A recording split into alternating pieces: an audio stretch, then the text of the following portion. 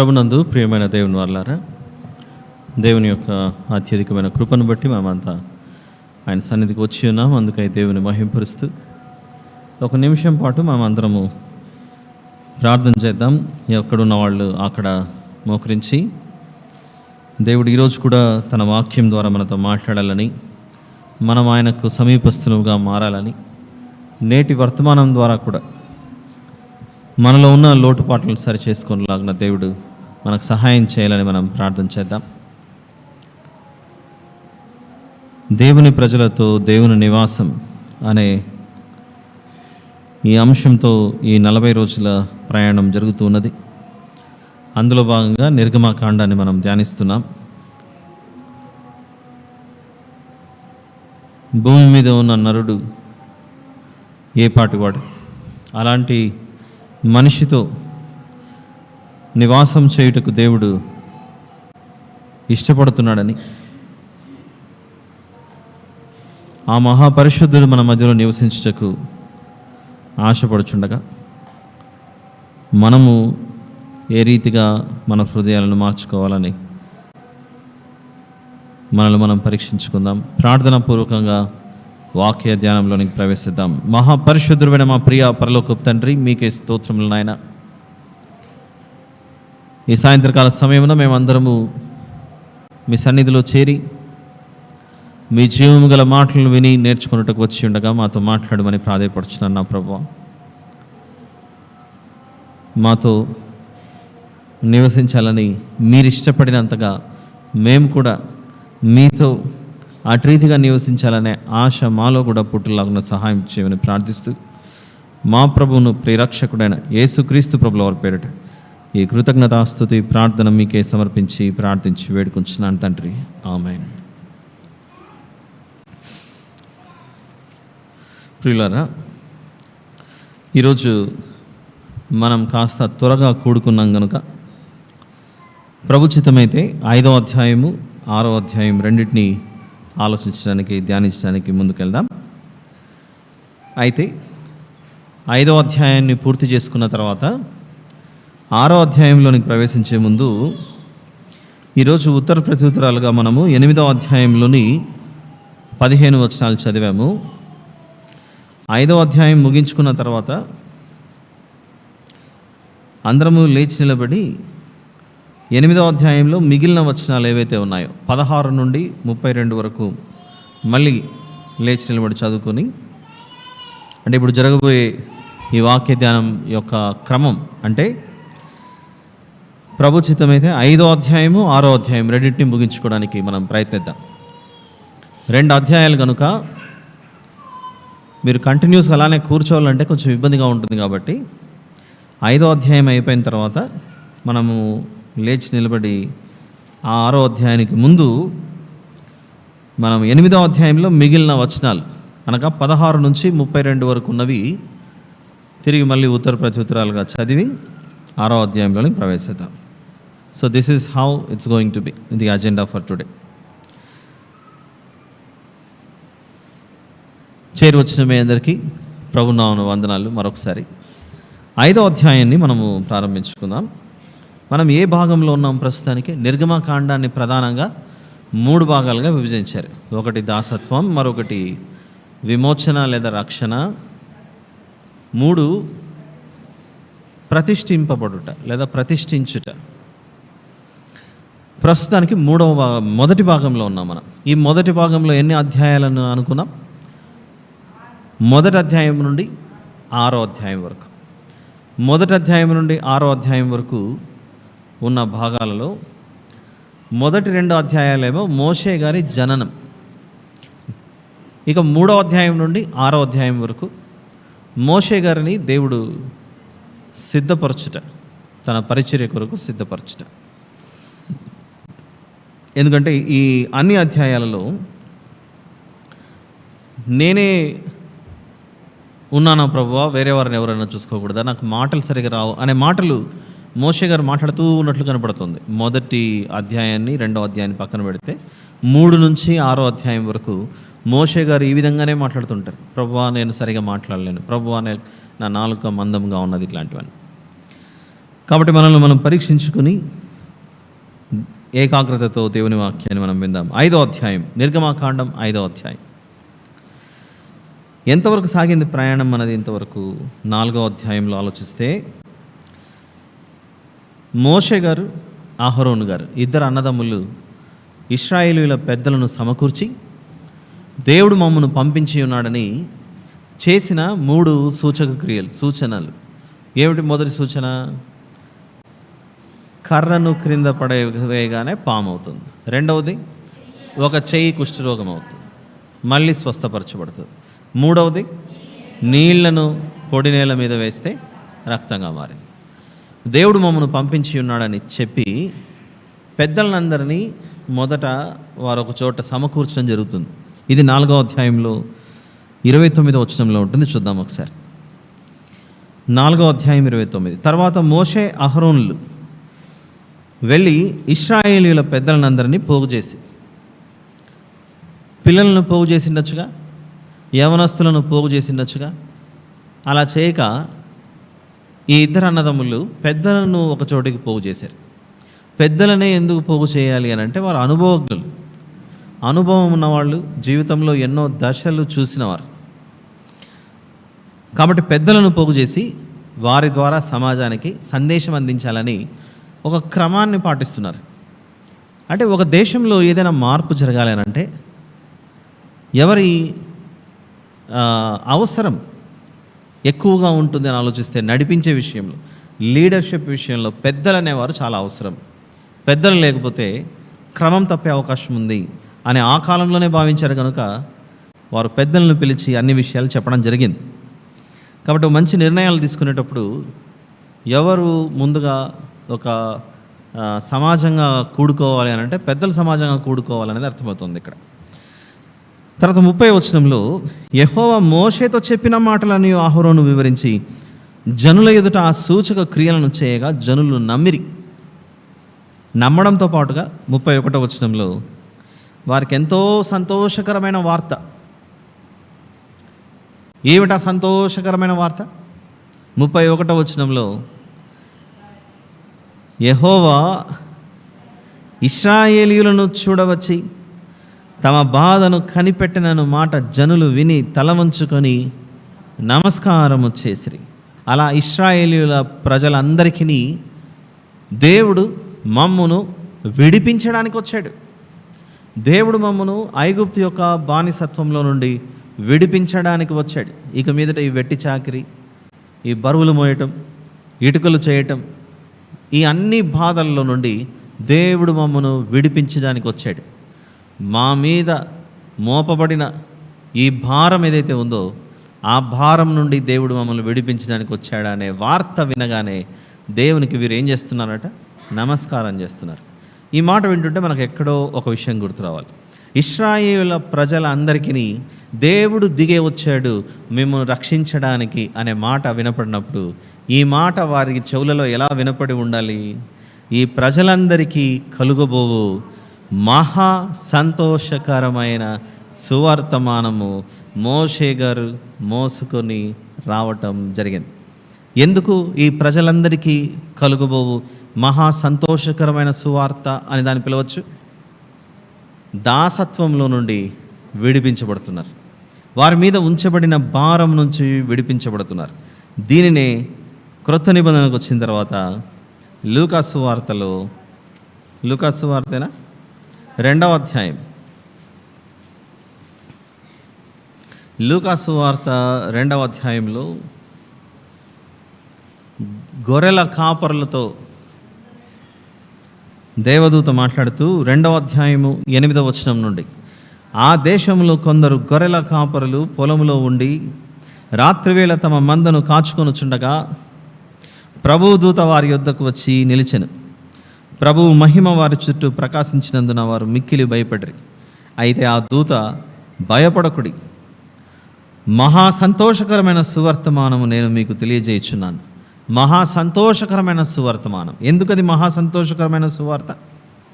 ఎందుకు అనంటే, దావీదు పట్టణమందు నేడు రక్షకుడు మీ కొరకు పుట్టి ఉన్నాడు. మరి ఈ రక్షకుడు వారి దేశంలో ప్రవేశించటం వారికి ఎందుకు ఆ మహా సంతోషకరమైన సువార్త? ఆయన రక్షకుడుగా వచ్చాడు.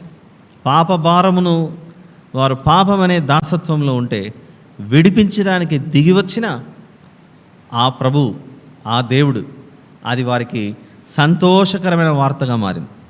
ఎలాగైతే విడిపించడానికి రక్షకుడు పుట్టి ఉన్నాడో లూకాసు వార్తలో, దానికి సాదృశ్యంగా నీడగా ఛాయగా కనబడుతున్న సందర్భమే ఇశ్రాయేలీయుల సర్వ సమాజానంతటినీ ఐగుప్తు అనే దాసగృహం నుండి విడిపించడానికి మోషే గారు దిగి రావటం జరిగింది. మోషే గారు దిగి రావటం అంటే దూర ప్రయాణం చేసి గొర్రెల మందలను ఆపేసి దేవుడు పంపించిన పనిలోకి వచ్చాడు. ఇంకా చెప్పాలంటే దేవదూత లూకాసు వార్తలో ఎవరికి ప్రత్యక్షమయ్యాడు? రాత్రి వేళ గొర్రెల మందను మేపుచున్న గొర్రెల కాపరులకు ప్రత్యక్షమయ్యాడు. అలానే ఈ ఇశ్రాయేలీయులు కూడా వారి వృత్తి ఏంటి? వారి వృత్తి ఏమిటో మనం తెలుసుకోవాలనుకుంటే ఒకసారి ఆదికాండంలోకి వెళ్ళి 46వ అధ్యాయం చూద్దాం. ఇశ్రాయేలీయులు ఎవరట? ఐగుప్తులోనికి వారు ప్రవేశించేటప్పుడు యాకోబు గారు, అతని పుత్ర సంతానం, అతని పుత్రులు, వారి కుటుంబాలు అందరూ వచ్చినప్పుడు వారి వృత్తి ఏంటో చెబుతున్నాడు. ఆదికాండం 46:32 వచనం చూద్దాం. ఆ మనుషులు పశువులు గలవారు, వారు గొర్రెల కాపరులు. ఇశ్రాయేలు కుటుంబాలట ఏమై ఉన్నారు? గొర్రెల కాపరులు. ఈ గొర్రెల కాపరుల మధ్యలోనికి గొర్రెలను మేపే మరో కాపరి వచ్చాడు. మీరు గమనించండి, గొర్రెల కాపరులైన ఇశ్రాయేలీలు యోసేపు గారు పిలవగానే కనాను దేశంలో నుండి యాకోబు గారు, అతని సంతానం మొత్తం గోషేను అనే ప్రదేశానికి వచ్చి స్థిరపడ్డారు. వారు ఏ వృత్తిని కలిగి ఉన్నవారని ఆదికాండం సెలవిస్తుంది? వారు గొర్రెలను మేపే, పశువులను మేపేవారు, గొర్రెల కాపరులు. వారు గొర్రెల కాపరులని స్పష్టంగా మనకు ఆదికాండంలో మనకు కనబడుతుంది. అంటే గొర్రెలు మేపుచున్న కాపరులు, ఇది మనకు అర్థమైతే యేసు ప్రభు భూమి మీదకి వచ్చినప్పుడు ఆయన పలికిన ఒక మాట చూద్దాం. యోహాను సువార్తలో, యోహాను సువార్త 10వ అధ్యాయము 11వ వచనం చూద్దాం. యోహాను సువార్త 10:11. నేను గొర్రెలకు, అందరూ తీసారా? Gospel of John chapter number 10 verse number 11. నేను గొర్రెలకు మంచి కాపరిని అనే మాట రాస్తుంది ఇక్కడ. ఎందుకు ఈ విషయాలు మనం చూస్తున్నామంటే కొలసీ పత్రికలో, కొలస్సీలకు రాసిన పత్రిక 2వ అధ్యాయము 17వ వచనం చూద్దాం. కొలస్సీలకు రాసిన పత్రిక 2:17లో ఇవి రాబో వాటి ఛాయే కానీ నిజస్వరూపం క్రీస్తులో ఉన్నది అని ఉంది. కొలసీ పత్రిక పేజ్ నెంబర్ 183, క్రొత్త నిబంధన. కొలసీ పత్రిక 2:17 ఇవి రాబో వాటి ఛాయే కానీ నిజస్వరూపము క్రీస్తులో ఉన్నది అని. నిజస్వరూపం క్రీస్తులో ఉందట. ఇప్పుడు నేను మీ ముందు 2 పోలికలు ఉంచాలనుకుంటున్నాను, 2 కంపారిజన్స్. వృత్తిని బట్టి ఇశ్రాయేలీయులు ఏ వృత్తిని కలిగి ఉన్నారు? వారు చేసే పనిని బట్టి గొర్రెల కాపరు.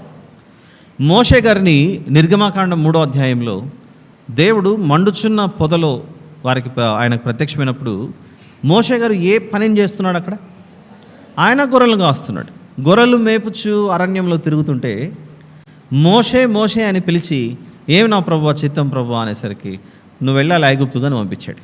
అంటే ఇశ్రాయేలీయులు గొర్రెల కాపరులైతే ఈ గొర్రెల కాపరులలోనికి అరణ్యంలో నుండి, మండుచున్న పొద ప్రాంతం నుండి ఎవరు వెళ్ళారు? ఇప్పుడు మోషే గారు వెళ్ళారని మనం చెప్పుకోవచ్చు. కానీ మోషే గారు కూడా ఏ పనిలో ఉన్నారు?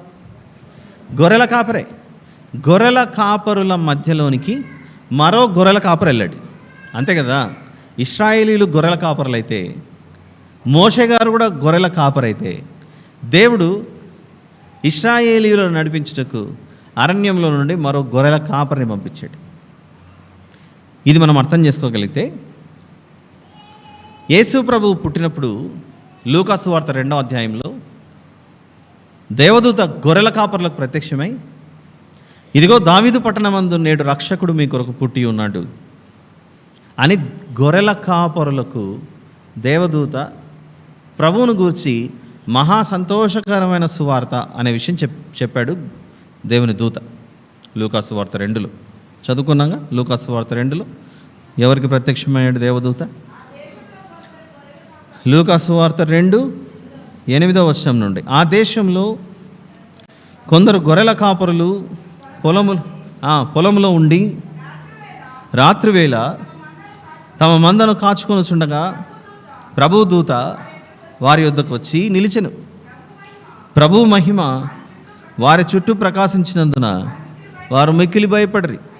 అయితే ఆ దూత, భయపడకుడి, ఇదిగో ప్రజలందరికీ కలుగబోవు మహా సంతోషకరమైన సువర్తమానం నేను మీకు తెలియజేయుచున్నాను.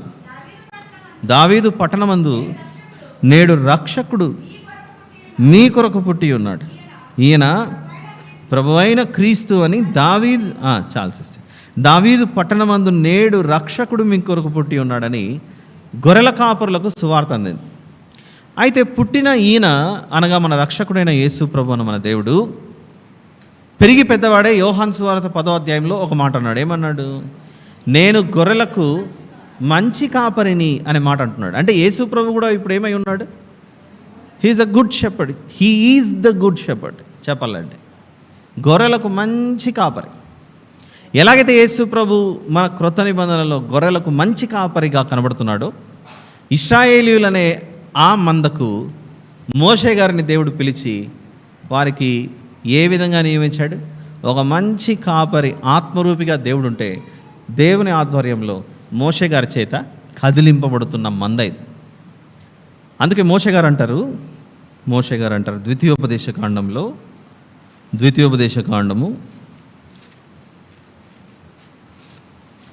18వ అధ్యాయము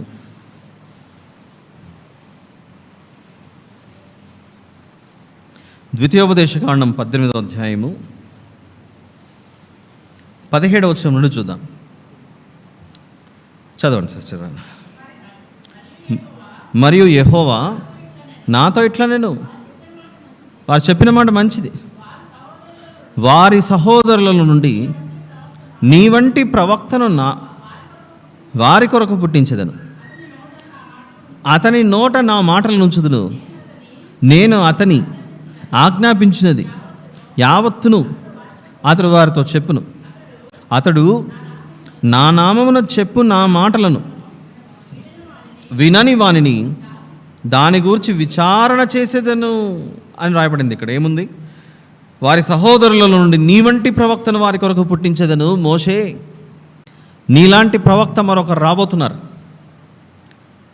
అతను ఏం చెప్పినా కూడా రాబోయే తరాలు ఖచ్చితంగా వినాల్సిందే అని నీ వలే మరొకరు రాబోతున్నారు. నువ్వు ఎలాంటి వాడవో నీలాంటి వ్యక్తి, ఇంకా చెప్పాలంటే నీకంటే గొప్పవాడు. ఎందుకంటే ఆయన చెప్పిన మాటలు ప్రతి ఒక్కరు విని తీరాల్సిందే అనే మాట ద్వితీయోపదేశ కాండంలో మనం చదువుకున్న ఈ ప్రవచనం ఎక్కడ నెరవేర్చబడుతుందో ఒకసారి మనము అపోస్తలుల కార్యములలో చూద్దాం. అపోస్తలుల కార్యములు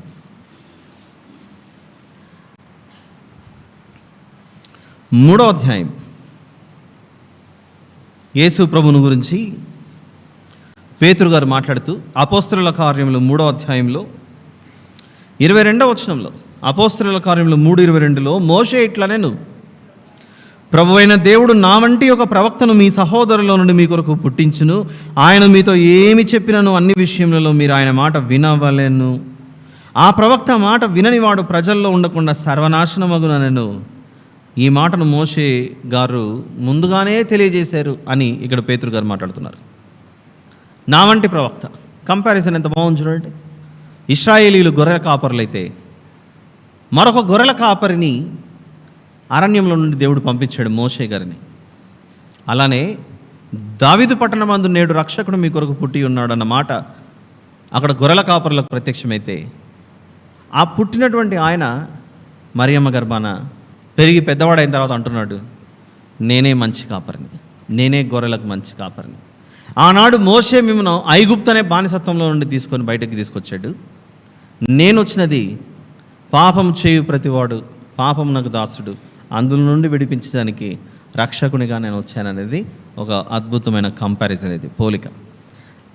ఇప్పుడు మళ్ళీ తిరిగి నిర్గమకాండంలోనికి వెళ్దాం. ఈ విషయాలన్నీ విన్నప్పుడు 4వ అధ్యాయంలో మమ్మును రక్షించుటకు మా బాధను గమనించి మమ్మను విమోచించడానికి మా కొరకు దేవుడు దిగి వచ్చి ఉన్నాడని నమ్మి వారు దేవునికి నమస్కారం చేస్తున్నారట. 4వ అధ్యాయం 31వ వచనం, నిర్గమకాండం. మరియు యెహోవా ఇశ్రాయేలులను చూడవచ్చి తమ బాధను కనిపెట్టినను మాట జనులు విని తలవంచుకొని నమస్కారం చేసిరి. ఇలా నమస్కారం చేసి ముందుకెళ్తుండగా 5వ అధ్యాయంలో తర్వాత మోషే అహరోనులు వచ్చి ఫరోను చూచి అవుతోంది మీటింగ్. ఎవరికి? దేవుని ప్రజలకు మరియు ఐగుప్తు రాజైన ఫరోక్. ఇక్కడ జరుగుతోంది సంభాషణ. తర్వాత మోషే అహరోనులు వచ్చి ఫరోను చూచి, ఇశ్రాయేలీయుల దేవుడైన యెహోవా అరణ్యంలో నాకు ఉత్సవము చేయుటకు నా జనమును పోనిమ్మని ఆజ్ఞాపించుచున్నాడని. ఫరో నేను అతని మాట విని ఇశ్రాయేలీయులను పోనిచ్చుటకు యెహోవా ఎవడు? ఎంత గర్వపు మాట! నేను యెహోవాను ఎరుగను, ఇశ్రాయేలీయులను పోనీయనను. అప్పుడు వారు, హెబ్రీయుల దేవుడు మమ్మను ఎదుర్కొనెను, సెలవైన ఎడల మేము అరణ్యంలోనికి 3 దినముల ప్రయాణం అంత దూరం పోయి మా దేవుడైన యెహోవాకు బలి అర్పించుదుము, లేని ఎడల ఆయన మా మీద తెగులుతోనైనను ఖడ్గముతోనైనను పడునేమో అనిరి. అందుకు ఐగుప్తు రాజు, మోషే అహరోను, ఈ జనులు తమ పనులను చేయకుండా మీరేలా ఆపుచున్నారు? మీ బరువులు మోయుటకు పొండనని. మరియు ఫరో, ఇదిగో ఈ జనము ఇప్పుడు విస్తరించి ఉన్నది, వారు తమ బరువులను విడిచి తీరికగా నుండినట్లు మీరు చేయుచున్నారని వారితో అనండి. ఆ దినమున ఫరో ప్రజలపైన ఉన్న కార్య నియామకులకును వారి నాయకులకును ఇట్లు ఆజ్ఞాపించాను, ఇటుకలు చేయుటకు మీరు ఇక మీదట ఈ జనులకు గడ్డి ఇయ్యకూడదు, వారు వెళ్ళి తామే గడ్డి కూర్చుకొనవలెను. అయినను వారు ఇది వరకు చేసిన ఇటుకల లెక్కనే వారి మీద మోపవలను, దానిలో ఏమాత్రమును తక్కువ చేయవద్దు. వారు సోమరులు గనుక మేము వెళ్ళి మా దేవునికి బలి నర్పించుటకు సెలవిమ్మని మొరపెట్టుచున్నారని ఐగుప్తు రాజైన ఫరో వీరి యొక్క మాటను, దేవుని చేత పలుకుబడిన ఈ మాటను తిరస్కరించడం జరుగుతుంది. ఇటుకలు చేస్తున్నారట. ఈ ఇటుకలు చేసేటప్పుడు ఐగుప్తీయులు గట్టినిస్తే వీరు ఇటుకలు చేసేవాళ్ళు.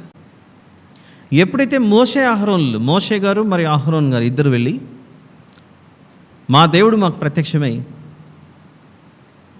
అరణ్యంలో బలి ఇవ్వమంటున్నాడు, మమ్మల్ని వెళ్ళమంటున్నాడు, మీకు సెలవైతే మేము బయలుదేరతాం అని చెప్పినప్పుడు ఫరో అనే రాజు, ఐగుప్తు రాజు, మీరు చాలా సోమరులు, చాలా ఖాళీ ఫ్రీ టైం ఉన్నట్లుంది, మీరు ఒక పని చేయండి, మొన్నటి వరకు ఇటుకలు చేశారు, మేము గడ్డిస్తుంటే ఈసారి నుంచి మా ప్రజలు గడ్డి కూడా ఇవ్వరు, మీకు మీరే గడ్డి తెచ్చుకోవాలి, మీరే ఇటుకలు తయారు చేయాలి. ఇలాంటప్పుడు ఇటుకలు చేయడంలో రోజు చేసే సంఖ్య పెరుగుతుందా తగ్గుతుందా? ఒకప్పుడు వాళ్ళు గడ్డి ఇచ్చారు, వీళ్ళు ఇటుకలు చేస్తున్నారు కాబట్టి ఒక 1000 ఇటుకలు చేస్తున్నారు అనుకోండి, లేదా 1,00,000 ఇటుకలు చేస్తున్నారు అనుకుందాం ఒక రోజుకి. మోషే గారు అహరోన్ గారు ఇద్దరు వెళ్ళి మాట్లాడిన తర్వాత ఫరోతో, ఈసారి మేము మీకు గడ్డి కూడా ఇవ్వం, మీరే గడ్డి తెచ్చుకోవాలి, ఇటుకలు తెచ్చుకోవాలి, మీరే గడ్డి తెచ్చుకోవాలి, మీరే ఇటుకలు చేయాలి. ఇలాంటి పరిస్థితుల్లో రోజు చేసే ఇటుకల సంఖ్య పెరగచ్చా తగ్గచ్చా? ఎందుకు తగ్గుతుంది? ఒకప్పుడు ఇవే చేతులే ఇటుకలు చేసేవి, ఇప్పుడు ఇవే చేతులే వాళ్ళే గడ్డి తీసుకురావాలి, వాళ్ళే ఇటుకలు చేయాలి. ఇదంతా ఎప్పుడు జరుగుతుంది? 5వ అధ్యాయంలో జరుగుతుంది. 5వ అధ్యాయం కంటే ముందు చోటు చేసుకున్న సంఘటన ఏంటి? మోషే గారు అహరోన్ గారు ఇశ్రాయేలుల పెద్దల దగ్గరికి వెళ్ళి, దేవుడు మా మధ్యలోనికి దిగి వచ్చాడు, ఇప్పుడు మనల్ని విడిపించడానికి దిగి వచ్చాడు, అందుకే మీ ఎదుట సూచనలు చేస్తున్నామని కర్రను పాముగా, చెయ్యిని కుష్ఠరోగముగా చేసి మళ్ళీ బాగు చేసి, తర్వాత నీళ్లను ఎండిన పొడి నేల మీద వేసి అది రక్తం అంతా చేశారు. వాళ్ళని నమ్మారు, అబ్బాబాబా దేవుడు వచ్చాడు, మాకు సహాయం చేస్తున్నాడు. మా జీవితాలలోనికి ఇప్పుడు ఎవరు అడుగు పెట్టారు? దేవుడు అడుగు పెట్టాడు అని బాగా సంతోషించి అందరూ కలిసి దేవునికి నమస్కారం చేశారు. ప్రభువా, నీవు మా మధ్యలోనికి వచ్చావు, అందుకే స్తోత్రం తండ్రి అని ఎలుగెత్తి చెప్పారు. సరే, అందరూ ప్రజల పెద్దలు, ఇశ్రాయేలీయులు అందరూ అంగీకరించారు కదా, మేము వెళ్తున్నాం ఇప్పుడు ఫరోతో మాట్లాడడానికని అందరికీ, ఇశ్రాయేలు ప్రజలకు పెద్దలకు అందరికి చెప్పేసి ఈ అన్నదమ్ములు ఇద్దరు ఫరో దగ్గరికి వెళ్ళారు. ఫరో దగ్గరికి వెళ్ళిన తర్వాత, మీ దేవుడు కనపడ్డా, సరే మీరు వెళ్ళి చక్కగా బలి అర్పించండి, పూజించరండి అని చెప్పట్లేదు. దానికి తోడు ఈ ఫరో ఏం చేస్తున్నాడు, ఇప్పుడు వారి మీద ఇంకా బరువు పెంచాడు. ఇంకా బరువు పెంచేసరికి వీళ్ళిద్దరు వెళ్ళి ఇప్పుడు ఏం చెప్పాలి ఆ ప్రజలతో? ఇశ్రాయేలు పెద్దలతోనూ ఇశ్రాయేలీయుల సర్వ సమాజంతో ఇప్పుడు ఏం చెప్పాలి? మేము వెళ్ళి ఫరోతో మాట్లాడిన తర్వాత ఆయన ఒక మాట చెప్పాడు, మనం సోమరులమట, రేపటి నుంచి ఇటుకలు మనం ఎంతైతే ఇంతవరకు చేసామో ఒక రోజుకి, రేపటి నుంచి మనమే గడ్డి తెచ్చుకోవాలట, మనమే ఇటుకలు చేయాలట. ఇప్పుడు ప్రజల స్పందన ఎలా ఉండొచ్చు? చాలా మంచి శుభవార్త తెచ్చారండి అనొచ్చా? నో, తిరగబడతారు ఇప్పుడు. అంటే దేవుడు సమీపమయ్యే కొద్దీ ఈ ఇశ్రాయేలుల ప్రజలకు ఇప్పుడు చదువుకున్న సందర్భంలో శ్రమలు పెరిగాయా, శ్రమలు తగ్గాయా? శ్రమలు ఇంకా ఎక్కువయ్యాయి. ఈ శ్రమలు ఎక్కువయ్యాయి. ఇప్పుడు ఎప్పుడైతే వారు వచ్చి ఈ విధంగా ఈ అన్ని విషయాలు చెప్పడము, బరువు పెరగడం ఇవన్నీ జరిగాయో, 9వ వచనం నుండి చూద్దాం ఏం జరుగుతుందో. 9వ వచనంలో ఫరో, ఆ మనుషుల చేత ఎక్కువ పని చేయింపవలను, దానిలో వారు కష్టపడవలను, అబద్ధపు మాటలను వారు లక్ష్య పెట్టకూడదనెను. కాబట్టి ప్రజల కార్య నియామకులను వారి నాయకులను పోయి ప్రజలను చూచి, నేను మీకు గడ్డి ఇయ్యను, మీరు వెళ్ళి మీకు గడ్డి ఎక్కడ దొరుకునో అక్కడ మీరే సంపాదించుకొనుడి, అయితే మీ పనిలోనేమాత్రమును తక్కువ చేయబడదని ఫరో సెలవిచ్చెననిరి. అప్పుడు ప్రజలు గడ్డికి మారుగా కొయ్యకాలు కూర్చుటకు ఐగుప్తు దేశమందంతటను చెదిరిపోయిరి. నాకు తెలిసి ఈ సంఘటన జరిగినప్పుడు మగవాళ్ళందరూ గడ్డికి బదులుగా కొయ్యకాలు సంపాదించడానికి, కర్రలో ఏవో సంపాదించడానికి పురుషులందరూ వెళ్ళిపోతే, ఇక తప్పనిసరి పరిస్థితుల్లో స్త్రీలు పిల్లలు కూడా ఇటుకల నంబర్ తగ్గకూడదు కదా, ఇటుకల సంఖ్య తగ్గకూడదు. కాబట్టి ఇంక మొత్తం కుటుంబాలు దిగాయేమో రంగంలోనికి. లేకపోతే ఫరో తన నాయకులను పంపించి వీరిని కొట్టించే పని కూడా చేస్తున్నాడు. అక్కడ వారు దేశమంతా చెదిరిపోయారట, ఐగుప్తు దేశమంతా చెదిరిపోయారు, ఎక్కడెక్కడ కొయ్యకాలు దొరుకుతుందో అని. అంటే కుటుంబ సభ్యులు ఒక్కచోటు ఉన్న వాళ్ళు ఒక్కసారిగా చెదిరిపోవాల్సిన పరిస్థితి వచ్చింది. దీనికంతటి గల కారణం, ఇద్దరు అన్నదమ్ములు వెళ్ళి దేవుడు చెప్పాడు, ఇదిగో మేము వెళ్ళి అరణ్యంలోకి వెళ్ళి బలి అర్పించాలట, ఫరో నీకు సెలవైతే మేము వెళ్ళిపోతాం అనే మాట చెప్పగానే ఫరో ఉగ్రుడై ఇంకా వారి మీద భారం పెంచాడు.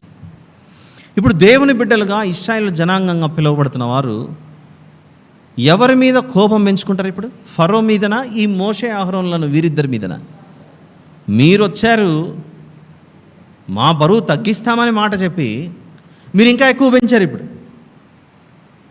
కనీసం పని అయిపోయిన తర్వాత ఇంటికి వెళ్తే మా భార్య బిడ్డలన్నా చూసుకునేవాళ్ళం, సాయంత్రం అయితేనే.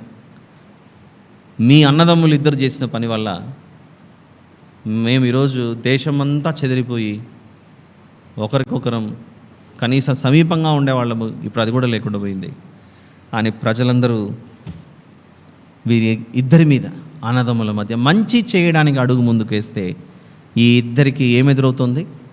తిరుగుబాటే. ఒకవైపు ఐగుప్తీయుల తిరుగుబాటు, ఒకవైపు స్వకీయుల తిరుగుబాటు. ఏం జరుగుతుంది చూడండి, 13వ వచనం.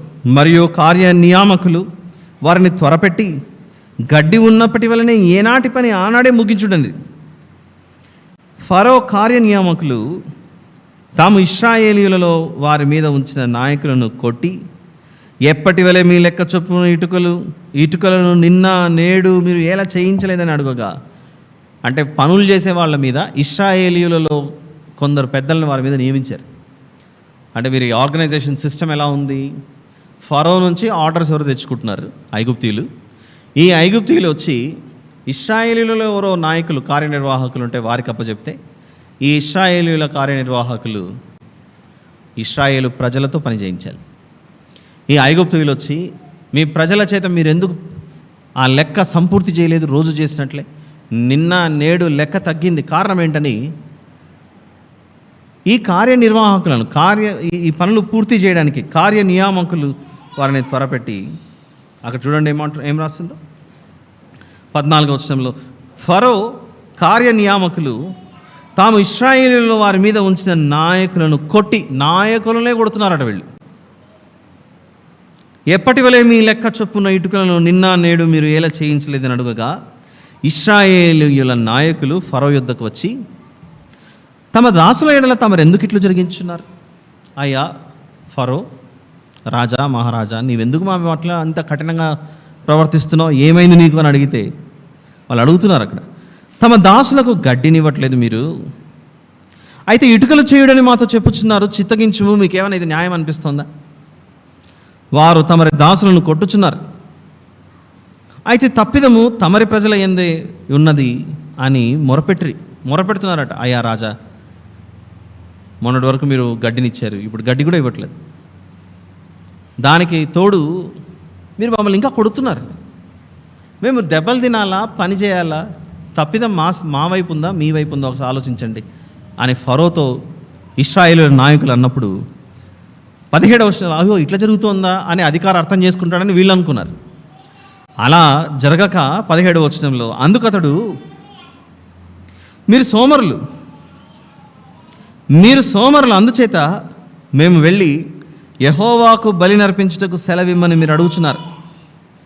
మీరు పొండి, పని చేయుడి, గడ్డి మీకు ఇవ్వబడదు, అయితే ఇటుకల లెక్క మీరు అప్పగింపక తప్పదని చెప్పాను. మీ ఇటుకల లెక్కలో నేమాత్రమును తక్కువ చేయవద్దు, ఏనాటి పని ఆనాడే చేయవలని రాజు సెలవేయగా, ఇశ్రాయేలీయుల నాయకులు తాము దురవస్థలో పడి ఉన్నట్లు తెలుసుకున్నారు. పరిస్థితి మెరుగుపడిందా? ఇంకా దెబ్బతినిపోయిందా? ఇంకా దెబ్బతినిపోయింది. అందుకే ఈ మొదటి అధ్యాయం నుండి 6వ అధ్యాయం వరకు మనం పెట్టుకున్న ఆ అంశమే బానిసత్వం లేదా దాసత్వం మరింత కఠినంగా మారిపోయింది. దేవునికి సమీపంగా మారారు. మోషే గారు, అహరోను గారు చెప్పిన మాటలు విని దేవునికి నమస్కారం చేసి మా దేవుడు దిగి వచ్చాడని వారు నమ్మారు. దేవునికి సమీపంగా మారిన వెంటనే లేదా దేవుడు వారి జీవితాల్లో ప్రవేశించిన తర్వాత, ఇది కరెక్ట్ స్టేట్మెంట్ అని నేను అనుకుంటున్నాను, దేవుడు వారి జీవితాల్లోనికి ప్రవేశించిన తర్వాత వీరికి కష్టాలు పెరిగాయా తగ్గాయా? కష్టాలు పెరిగాయి. మొన్నటి కంటే ఇంకా జీవితం మరింత దెబ్బతినింది. కఠినమైన పనుల్లోకి జారిపోయారు. ఎందుకు ఈ విషయాలు చెప్తున్నానంటే, దేవుని బిడ్డలు దేవునిని ఎరుగక ఉన్నప్పుడు చాలా సంతోషంగా లోకంలో తిరిగిండొచ్చు. ఎప్పుడైతే బాప్తిసం తీసుకొని దేవునిలోకి వచ్చింటారో అప్పుడు వెంటనే పోల్చుకోవడం జరుగుతుంది. నా జీవితం బాప్తిస్మంకు ముందు బాగుందా, బాప్టిజం తర్వాత బాగుందా? ప్రభువుని నమ్ముకున్నాక నేను ఇంకా కష్టాల్లో ఎక్కువ పడిపోయాను అనేవాళ్ళు మనకు ఎదురవుతుంటారు. అయితే ఇశ్రాయేలీయుల ఎడల జరిగిన ఈ సంఘటన మనం చూస్తే, వీరు అనుభవిస్తున్న ఈ శ్రమలు ఈ 5వ అధ్యాయంలో ఎక్కువ కాలం శాశ్వతంగా ఉండబోయేవా, తాత్కాలికంగా కొంచెం కాలం ఉండబోయేవా? తాత్కాలికంగా కొంచెం కాలమే. ఇది కేవలం ఆరంభం మాత్రమే. ఇది కేవలం మొదటి మీటింగ్ మాత్రమే. ఏ మొదటి మీటింగ్? మోషే గారు, అహరోను గారు ఫరో దగ్గరికి వెళ్ళి మాట్లాడిన ఈ మాటలు ఫస్ట్ మీటింగ్. ఇది మొదటి మీటింగ్. ఇది ఈ మొదటి మీటింగ్లో యెహోవా ఎవడు నాకు తెలియదని అంటున్నాడు. అక్కడ చూడండి, అక్కడ 2వ వచనంలో, 5వ అధ్యాయం 2వ వచనంలో, ఫరో నేను అతని మాట విని ఇశ్రాయేలును పోనిచ్చుటకు యెహోవా ఎవడు? నేను యెహోవాను ఎరుగను, ఇశ్రాయేలీయులను పోనీయనను. ఏం చెప్పారు మోషే గారు, అహరోను గారు మొదటి వచనంలో? తర్వాత మోషే అహరోనులు వచ్చి ఫరోను చూచి, ఇశ్రాయేలీయుల దేవుడైన యెహోవా అరణ్యములో నాకు ఉత్సవం చేయుటకు నా జనమును పోనిమ్మని ఆజ్ఞాపించుచున్నాడు అనేది. నేను రాజైతే ఆజ్ఞాపించవలసినది నేను కానీ నా స్థానంలో ఇంకొకరు ఎవరు ఆజ్ఞాపించాల్సింది? ఫరో. నేను అతని మాట విని ఇశ్రాయేలును పోనిచ్చుటకు యెహోవా ఎవడు? ఏం మాట్లాడుతున్నాడు చూడండి ఇక్కడ. నేను యెహోవాను ఎరుగను, పోనిచ్చేది లేదు అంటున్నాడు. ఫరో ఉద్దేశంలో ఇశ్రాయేలీయులు ఎవరి వారు అని భావిస్తున్నాడు ఇక్కడ? వీరు నావారు, నా కింద పనిచేసే బానిసలు. వీరు కూర్చోవాలన్నా, లేవాలన్నా, ఏదైనా పని చేయాలన్నా, ఏం చేయాలన్నా వీరు నా చెప్పు చేతుల్లో ఉండాలి. ఇశ్రాయేలీయులను పోనీ అన్న నేను అనే మాటలు అర్థం ఏంటి? మీకు నేనుండగా ఇంకొకరు ఎవరో వచ్చి ఆజ్ఞాపించడానికి ఆయన ఎవడు అంటున్నాడు అక్కడ. అతనెవడు? దేవుణ్ణి పట్టుకొని 2వ వచనంలో ఫరో, నేను అతని మాట విని ఇశ్రాయేలీయులను పోనిచ్చుటకు యెహోవా ఎవడు? ఫరో అంటున్నాడు ఈ మాట. ఫరో ఎవరు?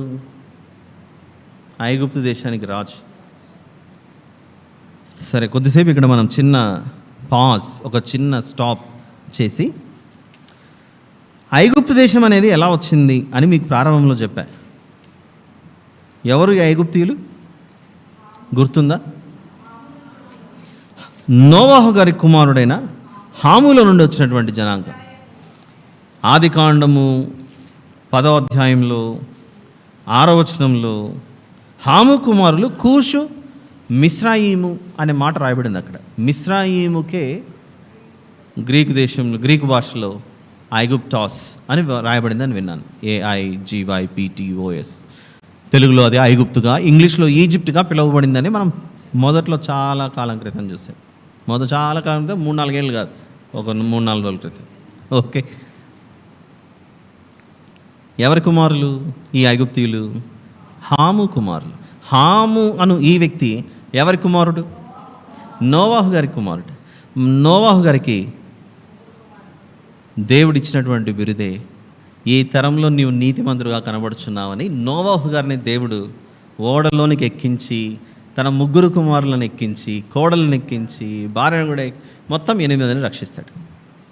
నోవాహు గారికి, వారి కుటుంబానికి దేవుడు అంత మేలు చేస్తే, ఈ హాము అనే ఈ వ్యక్తిలో నుండి వచ్చిన ప్రజలకు నిజమైన దేవుడు ఎవరో తెలియని స్థితిలో ఫరో ఉన్నాడు అక్కడ నిర్గమాకాండంలో. అంటే ఏం జరిగిండొచ్చు?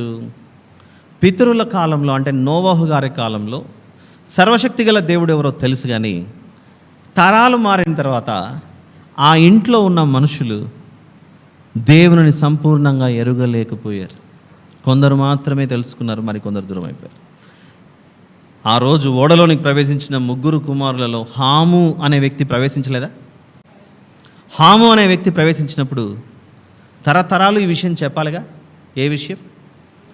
ఒకనాడు భయంకరమైన జల ప్రళయం వచ్చింది. ఆ జల ప్రళయం నుండి అద్భుతంగా మా కుటుంబం కాపాడబడింది. కాపాడబడినప్పుడు ఆ ఓడలో నుంచి 3 కుమారులుగా మేము బయటకు వచ్చాము. ఈరోజు మనం బ్రతికి ఉన్నామంటే ఆ దేవుని కృపనే అనేది ప్రతి తరంలో తెలియచేయకపోవటం వలన నిజమైన దేవుడు ఎవరో పరిచయం కాని స్థితిలోనికి ఫరో వెళ్ళిపోయాడు అక్కడ. అందుకే 5వ అధ్యాయం నిర్గమాకాండం 2వ వచనంలో ఏమంటున్నాడు? అసలు మీ దేవుడు ఎవరో నాకు తెలియదు అంటున్నాడు అక్కడ. ఈ విషయాలు దేవుడు ఈరోజు మనతో మాట్లాడుతున్నాడు. ఎందుకు చెప్పనా? కొన్ని కుటుంబాలలో తల్లిదండ్రులు చాలా భక్తిపరులుగా ఉండవచ్చు. మా మమ్మీ ఎందుకో ఎప్పుడు ప్రార్థన బైబిల్ అని మన వెంట పడుతుంటుందిరా. ఇంటికి పోతేనే మా డాడీ ప్రార్థన అంటాడరా. కొద్దిసేపు రాత్రి బుధం వాళ్ళు నిద్రపోయి ఉంటారు, 12 గంటలకైతే ఎవరు పట్టించుకోరు అని ఎప్పుడో వచ్చి ప్రార్థన అన్నా, బైబిల్ అన్నా, దేవుడు అన్నా అసలు ఆసక్తే లేకుండా తిరుగుతున్న పిల్లలు మన ఇళ్ళల్లో ఉండవచ్చు. తల్లిదండ్రులు భక్తిపరులై విశ్వాసులైనా పిల్లలకి ఎందుకో దేవుడు అంటే ఇష్టం లేకపోవటం, ఆ తర్వాత జీవితంలో ఆ దేవుని చేతనే దెబ్బలు పడుతున్న, దేవుడు నాతో మాట్లాడుతున్నాడు అన్న విషయం గ్రహించలేని స్థితిలోనికి వెళ్ళిపోయే తరాలు పుట్టుకురావచ్చు భవిష్యత్తులో. ఇవన్నీ మనకు సాక్షాత్తు ఆధారాలు, నిలువెత్తు సాక్ష్యాలు అనొచ్చు వీటిని. నిర్గమాకాండం 5వ అధ్యాయంలో హాము సంతానమే ఈ ఐగుప్తీయులు. నోవహు గారి పుత్ర సంతానం వీళ్ళంతా. ఇంకా చెప్పాలంటే ఒక తండ్రికి ఒక 6 ఎకరాల భూమి ఉందనుకుందాం కొద్దిసేపు. 3 కొడుకులు ఉన్నారు. ఈ 6 ఎకరాల భూమిని 3 కుమారులకు సమానంగా పంచాలి. ఒక్కొక్కరికి ఎంత ఇవ్వాలి? ఇప్పుడు 2 డేస్ చొప్పున పనిచేశాడు. నేను చనిపోయిన తర్వాత, మీ అమ్మ చనిపోయిన తర్వాత నాకున్న ఈ 6 ఎకరాల స్థలం మీ ముగ్గురిదే అని 2 ఎకరాలు పనిచేశాడు. తల్లిదండ్రులు చనిపోయిన తర్వాత 3 తీసేసుకున్నారు. ఇది మనకు అర్థమైతే, జలప్రళయం అప్పుడు సర్వమానవాళి జలప్రళయంలో నశించిపోయింది. భూమి మీద కేవలం ఈ ఒక్క కుటుంబమే మిగిలింది. ఒక తండ్రి, 3 కుమారులు, వారి భార్యలు. అంటే మనకు కనపడుతున్న ఇప్పుడు Asia, America, Africa, Australia, Europe, ఈ భూమి మీద కనబడుతున్న ఆరిన నేల అంతా ఎన్ని కుటుంబాలు పంచుకున్నాయి? 3 కుటుంబాలు. నోవహు గారి 3 పిల్లలు. నోవహు గారు 3 పిల్లలు జలప్రలయంలో ఈ గొప్ప దేవుడు మమ్మల్ని రక్షించాడు అన్న విషయం ప్రతి తరంలో దేవుని గురించి గొప్పగా చెప్పుంటే ఈరోజు భూమండలం అంతా ఎలా ఉండేది? పరలోకమందు నీ చిత్తము నెరవేర్చబడుచున్నట్లు భూమి ఎందులో నెరవేరును గాక అనే మాట మనం ప్రార్థన చేయవలసిన అవసరం వచ్చేది కాదు. ఆ మాటను పలుకుతున్నామంటే జనరేషన్స్ మారే కొద్దీ ఈ భూమి మీద ఉన్నవే మనకెంతో ఆకర్షణీయంగా కనపడి, ఇదే నాకు శాశ్వతమైన లోకం అని భావించి లోకాన్ని ఎక్కువగా ప్రేమించాం, దేవుని చాలా తక్కువగా ప్రేమించాం. అందుకే దేవుడు దూరం అయిపోయాడు, లోకం దగ్గరగా మారింది. మనకు దేవుడు దగ్గర అవ్వాలంటే లోకాశలకు మనం లోన్ అవ్వకుండా జాగ్రత్త పడాలనే విషయం అర్థమవుతోంది. అసలు నిర్గమకాండం 5వ అధ్యాయం చదువుతుంటే ఫరోకు ఈ ఇశ్రాయేలీయులు ఎవరో కూడా తెలియని పరిస్థితి వచ్చేసింది. అక్కడ వీరెవరో పరాయి వాళ్ళు అనుకుంటున్నాడు. అక్కడ కొంచెం వెనుకకు మనం ఇప్పుడు 2025వ సంవత్సరంలో కూర్చొని ఈ ప్రజలు ఎవరబ్బా అని వెతుకుతుంటేనే వారి బాంధవ్యాలు కనబడుతున్నాయి పుస్తకాల్లో. కొంచెం పుట్టుపూర్వతరాలకు వెళ్తే వారికి కూడా ఎన్నో విషయాలు అర్థమవుతుండొచ్చు, ఎన్నో విషయాలు తెలియజేయబడాలి. అసలు మనం ఎవరము, ఎక్కడి నుంచి వచ్చాం, ఎలా వచ్చాం, ఈ భూమి మీద మన బాధ్యత ఏంటి, మనల్ని నడిపిస్తున్నది ఎవరు, ఇలాంటి క్వశ్చన్స్ అని రావాలి. ప్రియులారా, 5వ అధ్యాయం 2వ వచనంలో ఫరో అంటున్న మాట దయచేసి అందరూ అండర్లైన్ చేసుకోవాలి, వెరీ ఇంపార్టెంట్. నేను అతని మాట విని ఇశ్రాయేలీయులను పోనిచ్చుటకు యెహోవా ఎవడు? అది చాలా పెద్ద మాట. అది ఈరోజు మనమంతా మందిరంలో కూర్చొని ఉన్నాం. ఒక 150 సంవత్సరాల తర్వాత మనలో నుండి వచ్చిన సంతానం ఈరోజు మీరు కూర్చున్నట్లుగా దేవుని మందిరంలో కూర్చోడానికి వారికి అదే ఆసక్తి ఉంటుందా? 150 సంవత్సరాలు లేదా 200, 300, 400 సంవత్సరాల తర్వాత మన పిల్లలు వచ్చిన తర్వాత దేవుణ్ణి అంతగా మీరు ఈరోజు పరిగెత్తుకొని దేవుని మందిరానికి వచ్చినట్లుగా వారికి అదే ఆసక్తి ఉంటుందా? ఉండకపోతే మనం ఎక్కడో పొరపాటు చేసినట్లు. చాలా జాగ్రత్త పడాలి. ఇప్పట్లోనే చాలామంది కనపడతారు, మేము బిడ్డలకు ఎన్నో విషయాలు చెప్తున్నామండి, కానీ వాళ్ళు చాలా అవిధేయులుగా ఉన్నారు. అంటే వారి హృదయంలో దేవుణ్ణి గుర్తుపెట్టుకోలేకపోయారు, మర్చిపోతున్నారు దేవుణ్ణే మర్చిపోతే మార్గమును మర్చిపోయినట్లు. మార్గం మర్చిపోతే త్రోవ తొలగిపోతారు. త్రోవ తొలగిపోతే వెళ్ళవలసిన పరలోక రాజ్యానికి చేరలేరు. ఢిల్లీకి పోవడానికి ట్రైన్ ఎక్కితే ఢిల్లీకి పోకుండా అది ఏ చెన్నైకో తిరువనంతపురం పోయిందనుకోండి, నువ్వు ఎక్కిన ట్రైన్ సరిగా లేదని అర్థం. అది నేను ఎక్కడికో తీసుకెళ్ళింది. అది ప్రతి రైలు నువ్వు అనుకున్న గమ్యస్థానానికి చేరుతుంది అంటే నో, వెళ్ళదు. దాని మీద నువ్వు ఎక్కడికి ప్రయాణం చేయాలో తెలుసుకొని కరెక్ట్గా అదే వాహనమే ఎక్కాలి. ఎవరో సలహా ఇచ్చారు, రైల్వే స్టేషన్కి వెళ్ళు, రైలు ఎక్కు, ఢిల్లీకి పోతావని. ఒకడు అట్లనే వెళ్ళాడు. ఇది ఎలా ఉందంటే, పాతకాలంలో నేను ఒక విషయం వినింటే, పల్లెటూరు నుంచి ఎవరో హైదరాబాద్కి వచ్చారట మొదటిసారి. చాలా గొప్పదండి హైదరాబాద్, ఒక పెద్ద భాగ్యనగరము, ఎవరైనా వెళ్తే అన్నీ చూడాలి, అది ఇది అని. సరే అని ఒక ఆయన తెల్లపంచ కట్టుకొని పల్లెటూరు నుంచి వచ్చి హైదరాబాద్లో తిరుగుతూ ఉన్నాడట. హైదరాబాద్కి మొదటిసారి వచ్చానయ్యా బాబు, ఏమేమి చూడమంటారు అని అంటే ఒక ఆయన అన్నాడట, ఏదో హైదరాబాద్కి వెళ్తే ఖచ్చితంగా చార్మినార్ చూడాలి, వెళ్ళి చూసి రాపో అన్నాడు. సరే అని పాపం కష్టపడి చార్మినార్ దగ్గరికి వెళ్ళి దాని చుట్టూ తిరిగి, అబ్బా ఎంత ఎత్తుగుంది ఇది, ఎంత అద్భుతంగా ఉంది అని పక్కన ఎవరో పోతుంటే ఈ పెద్ద ఆయన కదా పాపం పల్లెటూరులో వచ్చేసి, ఈ చార్మినార్ ఎవరు కట్టారు అని అడిగాడట. అక్కడ దారిలో పోతున్న వ్యక్తి తెలీదు అని చెప్పడానికి నై మాలూమ్ అన్నాడట. అక్కడంతా హిందీనే కదా, చార్మినార్ ఎవరు కట్టారంటే నై మాలూమ్ అన్నాడట. సరే పోదాంలే అనుకొని మళ్ళీగా కొంచెం ముందుకు వెళ్తే, ఎలాగో చార్మినార్ దగ్గరికి వచ్చావు, ఆ పక్కనే కొంచెం ముందుకు వెళ్తే సాలార్జంగ్ మ్యూజియం ఉంటుంది, మ్యూజియం కూడా బాగుంటుంది, వెళ్ళి చూసిరాపో అని మ్యూజియం దగ్గరికి పోతే అక్కడ కత్తులు కటార్లు పెద్ద పెద్దవన్నీ పాతకాలంలో పెడితే భలే ఉన్నాయి. ఈ మ్యూజియం ఈ బంగ్లా అంతా ఎవరు కట్టారంటే అక్కడ కూడా ఇట్లనే ఎవరో జవాబు తెలియని వాళ్ళు నయమాలు అన్నాడు. ఆ తర్వాత సరే ఎలాగో ఈ పరిసర ప్రాంతాల్లో తిరుగుతున్నావు, ఇంకొక మసీదు ఉంది దాన్ని కూడా చూసిరా, అది ఇది అని చెప్పి అన్నీ తిరిగేసి అన్నీ పోయి మ్యూజియంలు అన్నీ తిరిగేసిన తర్వాత సాయంత్రం అయిన తర్వాత అక్కడ పక్కన ఉస్మానియా హాస్పిటల్ ఉంది, అది కూడా చాలా బాగుంటుంది కట్టడం నిర్మాణము, అది కూడా చూడండి అని సలహా ఇస్తే పోయి అక్కడ పోతే అది ఉస్మానియా హాస్పిటల్ కదా. అప్పుడే ఒక ఆయన స్ట్రెచర్లో ఒక చచ్చిపోయిన శవాన్ని తీసుకొని తెల్లగుడ్డ కప్పేసి బయటికి తీసుకొని వచ్చి అందరు ఏడుస్తున్నారట. ఏడుస్తుంటే ఎందుకయ్యా మీరు అందరు ఇట్లా ఏడుస్తున్నారు, ఎవరైనా అని అంటే నైమాలు అన్నాడట ఒక ఆయన పక్కన. ఇప్పుడు మీకు మాట్లాడతాయి. అప్పుడు ఈయనకు అర్థం కాక, ఓరి మనిషి ఇంత పెద్ద చార్మినార్ కడితివి, అంత పెద్ద మసీదు కడితివి, ఇంత సాలార్జంగ్ మ్యూజియం కడితివి, ఇంత ఘోరమైన సాగు వస్తావా నైమాలు అని, ఓరి నైమాలు నువ్వు లేకపోతే ఇప్పుడు హైదరాబాద్ పరిస్థితి ఏంటరా ఆయన నైమాలు అనుకుంటే ఏడుస్తూ కూర్చున్నాడట. అలా పరిస్థితి ఎలా అయిపోయిందంటే, ఇదంతా దేవుడు మనకేమైపోయాడంటే నైమాలం అయిపోయాడు. ఇక్కడ పరిచయం లేకుండా అయిపోయింది పరిస్థితి. ఎవరో ఈయన అంటున్నాడు ఈ ఫరో, నాకెవరో తెలియదు ఈ దేవుడు. ఓడలో ఎక్కినప్పుడేమో హాము గుర్తున్నాడు, మా నాన్నకు దేవుడు కనపడ్డాడు, మమ్మల్ని ఓడెక్కమని చెప్పాడని. అంత అయిన తర్వాత తరాలు మారిన తర్వాత దేవుడు ఎవరో తెలియదు అనే పరిస్థితికి వెళ్ళిపోయింది మనిషి. ఇక్కడ కూర్చున్న మనం కూడా ఈ తరంలో దేవుని ఎరిగి ఉన్నామేమో. రాబోయే తరాలు ఫరో అన్నట్లుగా ఈ దేవుడు ఎవరు నాకు తెలియదు, మీరు నా వాళ్ళు, నేను కూర్చోమంటే కూర్చోవాలా, లేమంటే లేవాలి, మీరంతా నా దాసులు. ఇశ్రాయేలుల విషయంలో ఈ హాము సంతానమైన ఈ ఐగుప్తీయులు మిశ్రాయిం వారు, వీరు దేవుని వారు కారు, నా చేతుల్లో ఉన్న ప్రజలు అని ఇశ్రాయేలుని అణగదొరికి పెట్టాడు. ఇప్పుడు ఫరోకు దేవుడు ఒక పాఠం నేర్పించాలి. ఏం నేర్పించాలి? మనుషులంతా దేవుని వారు, దేవుడే మానవుల రాజ్యం పైన అధికారి అయి ఉన్నాడు. మనిషి మరో మనిషి మీద అధికారం కలిగి ఉండటానికి అవకాశం లేదు.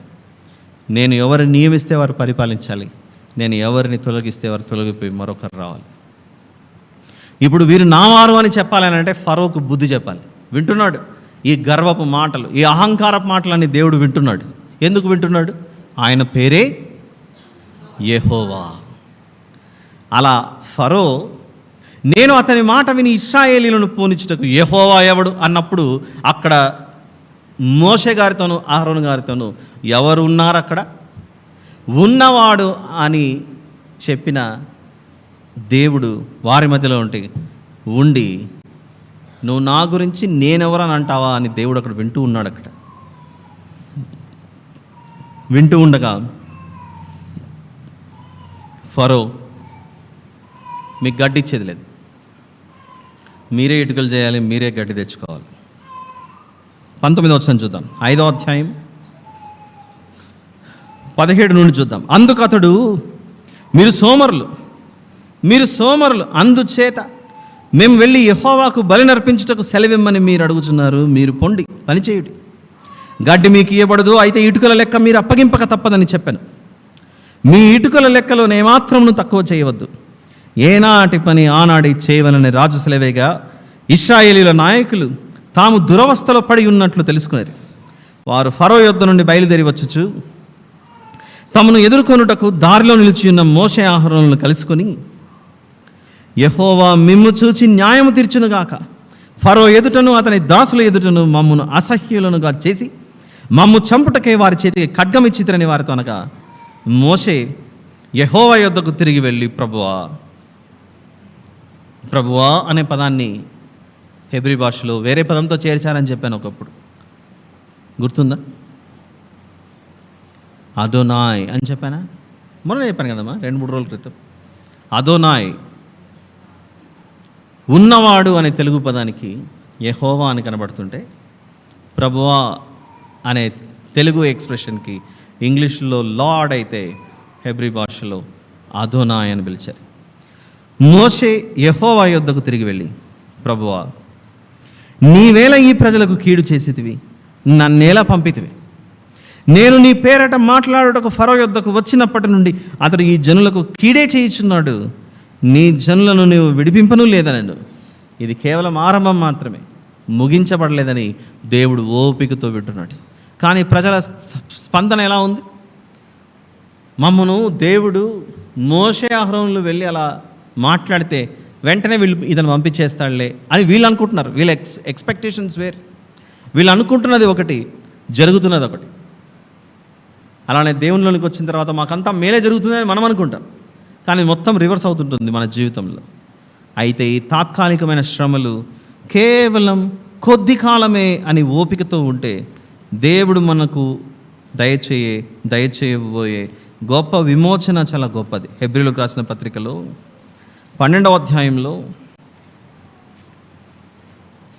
ఇశ్రాయేలీలు వారి మీద ఉంచబడిన భారమును బట్టి అలసిపోయి మోషే గారిని, అహరోను గారిని, మమ్మను చంపడానికి మీరు ఖడ్గం ఇచ్చారని వాళ్ళు ఇశ్రాయేలీలు పలికినట్లుగానే ఈరోజు దేవునిలోనికి వచ్చిన తర్వాత మీరేవైనా ఇబ్బందులు ఎదుర్కొంటుంటే దాని విషయంలో హెబ్రీలకు రాసిన పత్రిక 12వ అధ్యాయంలో దేవుడు మనతో మాట్లాడుతూ 1వ వచనం నుండి, ఇంత గొప్ప సాక్షి సమూహము మేఘం వలె మనలను ఆవరించి ఉన్నందున మనము కూడా ప్రతి భారమును సులువుగా చిక్కులబెట్టు పాపమును విడిచిపెట్టి విశ్వాసమునకు కర్తయు దానిని కొనసాగించువాడునైన యేసు వైపు చూచుచు మన ఎదుట ఉంచబడిన పందెములో ఓపికతో పరిగెత్తుదుము. ఆయన తన ఎదుట ఉంచబడిన ఆనందము కొరకై అవమానమును నిర్లక్ష్యపెట్టి సిలువను సహించి దేవుని సింహాసనము యొక్క కుడి పార్శ్వమున ఆసీనుడై ఉన్నాడు. మీరు అలసట పడకయు మీ ప్రాణములు విసుకకయు ఉండునట్లు పాపాత్ములు తనకు వ్యతిరేకంగా చేసిన తిరస్కారమంతయు ఓర్చుకొనిన ఆయనను తలంచుకొనుడి. మీరు పాపముతో పోరాడుటలో రక్తము కారణంతగా ఇంకా దానిని ఎదిరింపలేదు. కాబట్టి 2వ వచనంలో చెబుతూ, మనము కూడా ప్రతి భారమును సులువుగా చిక్కులబెట్టు పాపమును విడిచిపెట్టి విశ్వాసమునకు కర్తయు దానిని కొనసాగించువాడునైనా యేసు వైపు చూచుచు మన ప్రయాణాన్ని కొనసాగించాలట. వారు తొందరపడి, ప్రభువా, ఇశ్రాయేలీయులు మోషే గారితోనూ అహరోను గారితోనూ మమ్మల్ని చంపడానికి ఖడ్గం ఇచ్చామని త్వరగా వాళ్ళు దేవుని మీద విశ్వాసం ఉంచడంలో బలహీనులుగా మారుతున్నారట. అదే విషయంలో, ప్రభువా, ఏంటి తండ్రి, నీ నామమున మేము మాట్లాడిన ప్రతిసారి ఇంకా కష్టాల్లోకి వెళ్ళిపోతున్నాం, కానీ మాకు మేలు జరగట్లేదని మోషే గారు మాట్లాడారట. అప్పుడు దేవుడిస్తున్న సమాధానం ఏమంటున్నాడో తెలుసుకోవాలనుకుంటే ఒక చిన్న ఇంటర్వెల్ తీసుకొని ఆ తర్వాత మళ్ళీ మనం 6వ అధ్యాయంలోకి ప్రవేశిద్దాం. చిన్న ప్రార్థన చేసుకుని ఈ 5వ అధ్యాయాన్ని ముగించుకుందాం.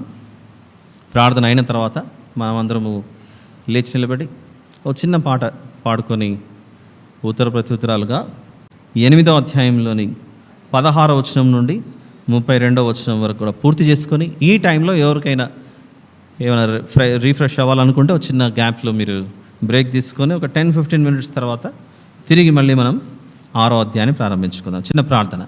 ప్రేమ కనికరము కలిగిన మా ప్రియ పరలోకపు తండ్రి, మీకే స్తోత్రములు నాయన. మీ బిడ్డలు విన్న ఈ వాక్యంలో, మీరు మాకు వినిపించిన ఈ వాక్యంలో మేము ఒకవేళ నా తండ్రి వారి వలె త్వరపడి నోరు జారి మమ్మల్ని చంపడానికే వచ్చాడు అని మోషే గారి గురించి, అహరోను గారి గురించి వాళ్ళు ఎలాగైతే అనుకున్నారో, మీ విషయంలో మేము పడిపోవడానికి సాతానుడు పెట్టే ప్రతి విధమైన శ్రమలో మిమ్మల్ని దూరం చేసుకుంటామేమో తండ్రి, అలాంటి పని చేయకుండా మేము జాగ్రత్త పడటకు సహాయం చేయడం ప్రార్థిస్తూ మా ప్రభువును ప్రియరక్షకుడైన యేసు ప్రభు వారి పేట అడిగి వేడుకొని సమర్పిస్తున్నాను తండ్రి. ఆమేన్.